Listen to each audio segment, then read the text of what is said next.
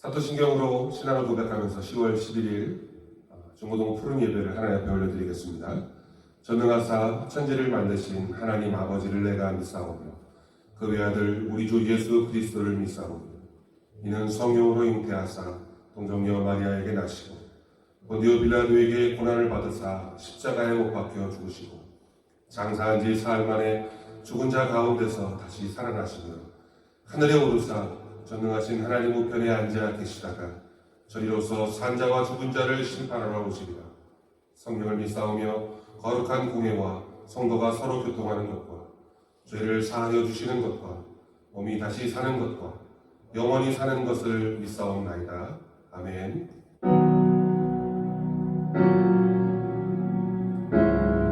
우리 이 시간 마음을 다해서 살아계신 하나님을 높이며 경배하는 시간 되기를 간절히 소망합니다.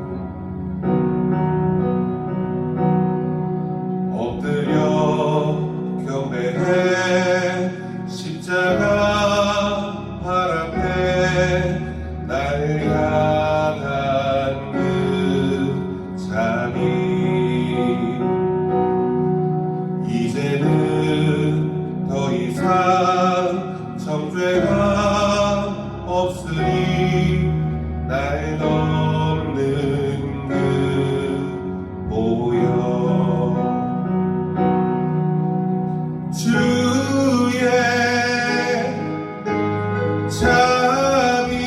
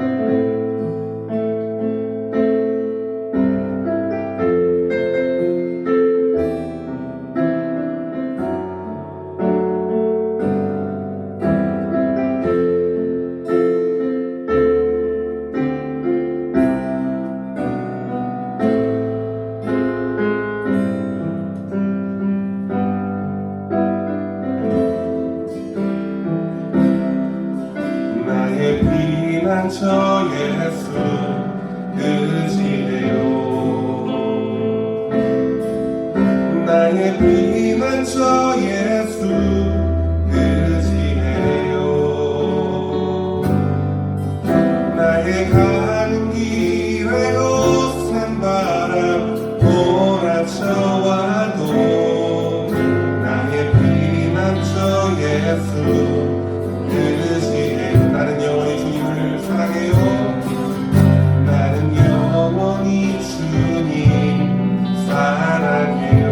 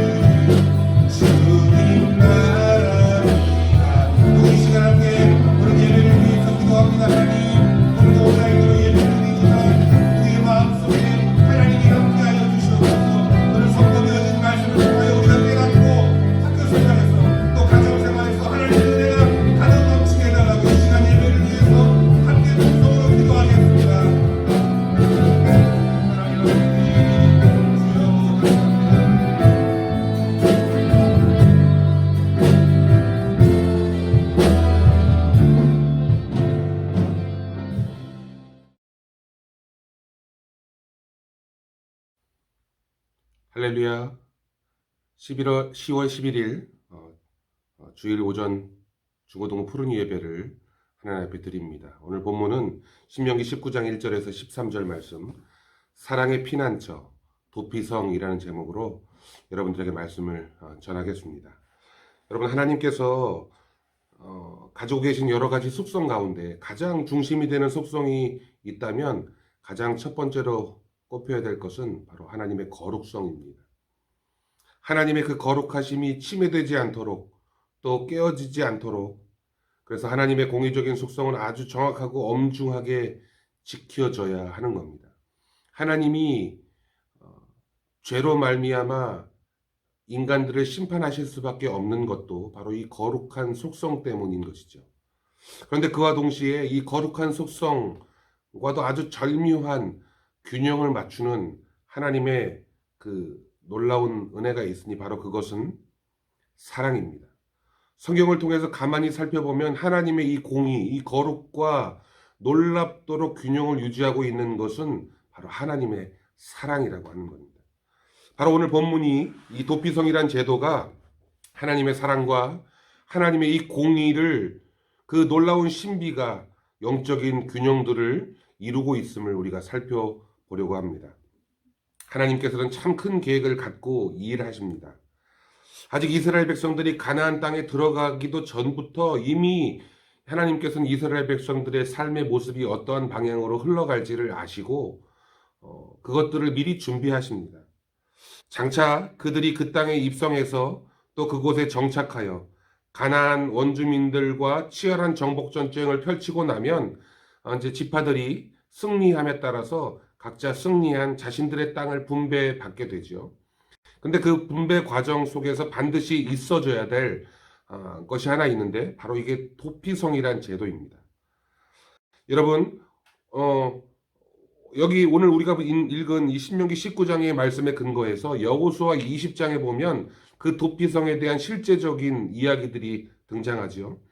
이 도피성이라는 것은 부지중, 그러니까 어떤 특정한 목적이나 의도 없이 정말 실수로 누군가를 상해를 입혀 죽이는 그런 경우, 그런 사람들을 보호해주는 아주 특별한 장치입니다. 그러니까 성경에는 이 신명기에는 뭐라고 표현되어 있냐면, 혹 벌목하러 나무를 하러 갔는데 나무를 자르기 위해서 이 도끼를 날을 이렇게 치려는 순간 도끼 자루에서 도끼 날이 빠져서 옆에 있던 누군가에게 맞춰 그가 죽게 되는 상황이죠. 이렇게 어떤 의도치 않은 살인을 저지르게 되었을 경우에 한한다는 거죠. 이 도피성이라는 것은 그러니까 요단 강을 기점으로 해서 동편과 서편으로 나누어지고 이 세 등분으로 이렇게 구분되어서 총 6개까지 이 도피성이 펼쳐지게 됩니다. 그래서 그들이 정복했던 강 서편, 북쪽 중간, 그리고 남쪽, 그리고 서편, 이런 식으로 총 3개, 그리고 요단강 동편에 또 이렇게 3개, 총 6개가 또 만들어지게 되는 거죠. 이 도피성들은 영토가 없던 레위인들이 거주하는 48개 성읍 중에서 특별히 6개를 구별하여 하나님이 아주 특별한 영역으로 만들어 놓으셨습니다. 여러분들이 도피성이라는 제도가 잘 이해가 안 되는 부분들이 있는데 여러분 로마 이 바티칸에 가보면요, 세계의 그 어떤 공권력도 들어갈 수 없는 특별한 이 성역이 이 바티칸에 존재합니다.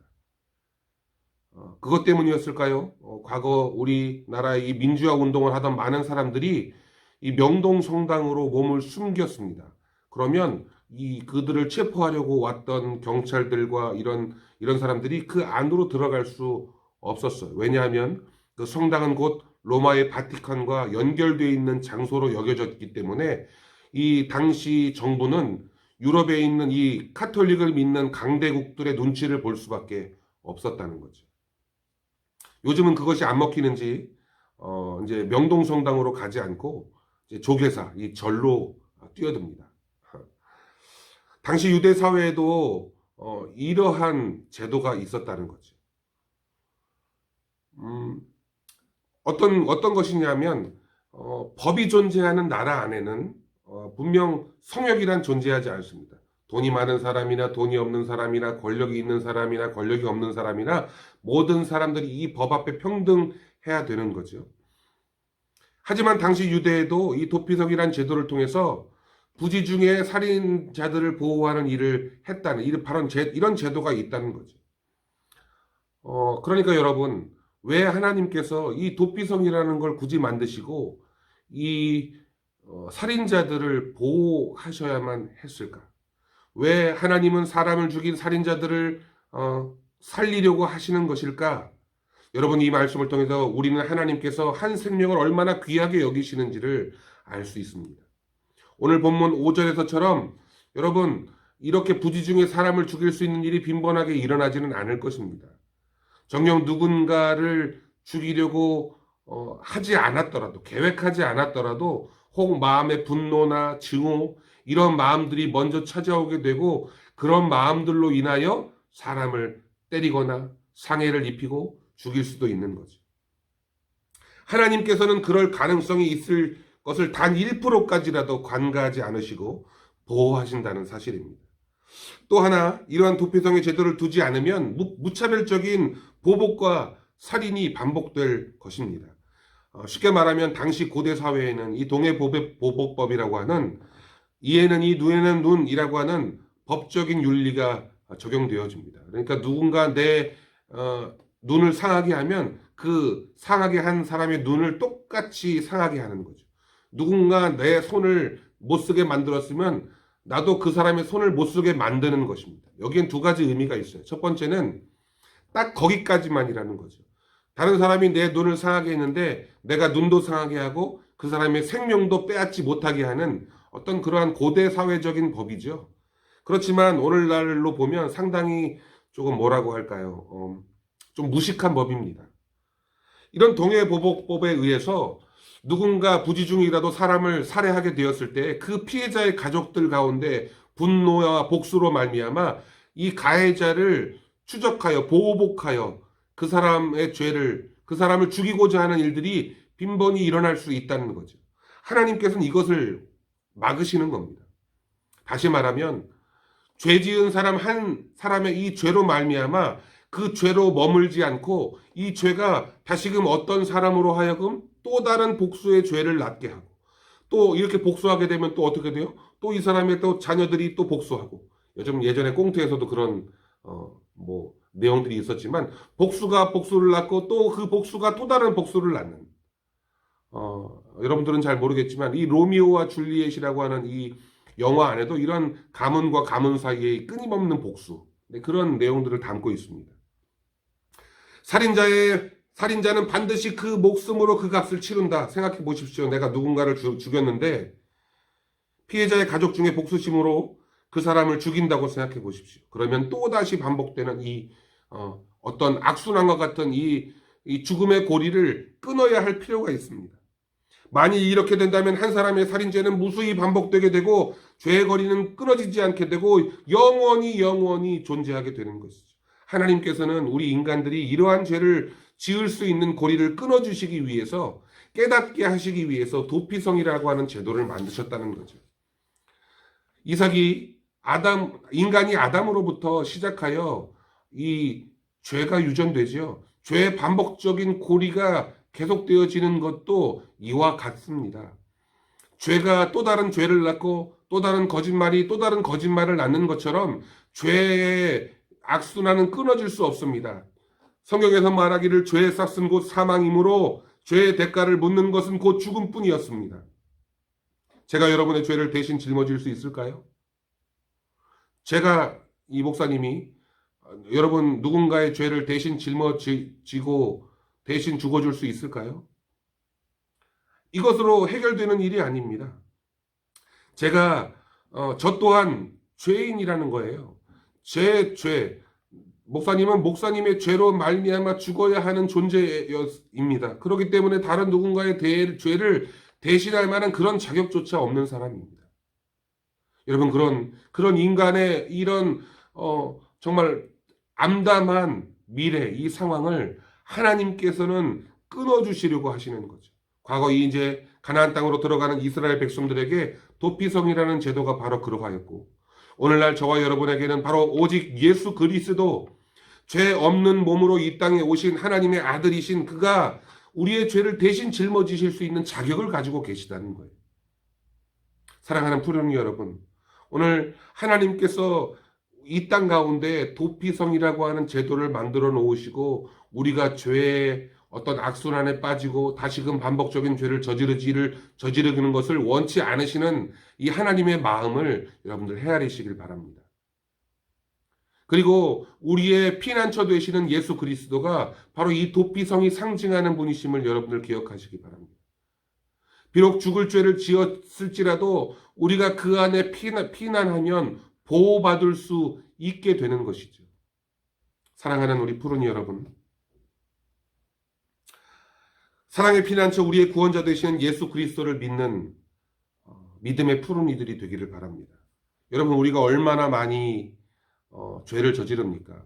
그런데 그 죄가 반복적이라는 거예요. 거짓말하는 죄도 그러하고, 누군가의 어떤 물건을 훔치는 것도 그러하고, 또한 말로 생각으로 또 우리의 정욕대로 짓는 얼마나 많은 죄들이 있습니까? 그런데 하나님께서는 우리에게 간절히 바라십니다. 이런 죄를 반복하여 짓지 말라.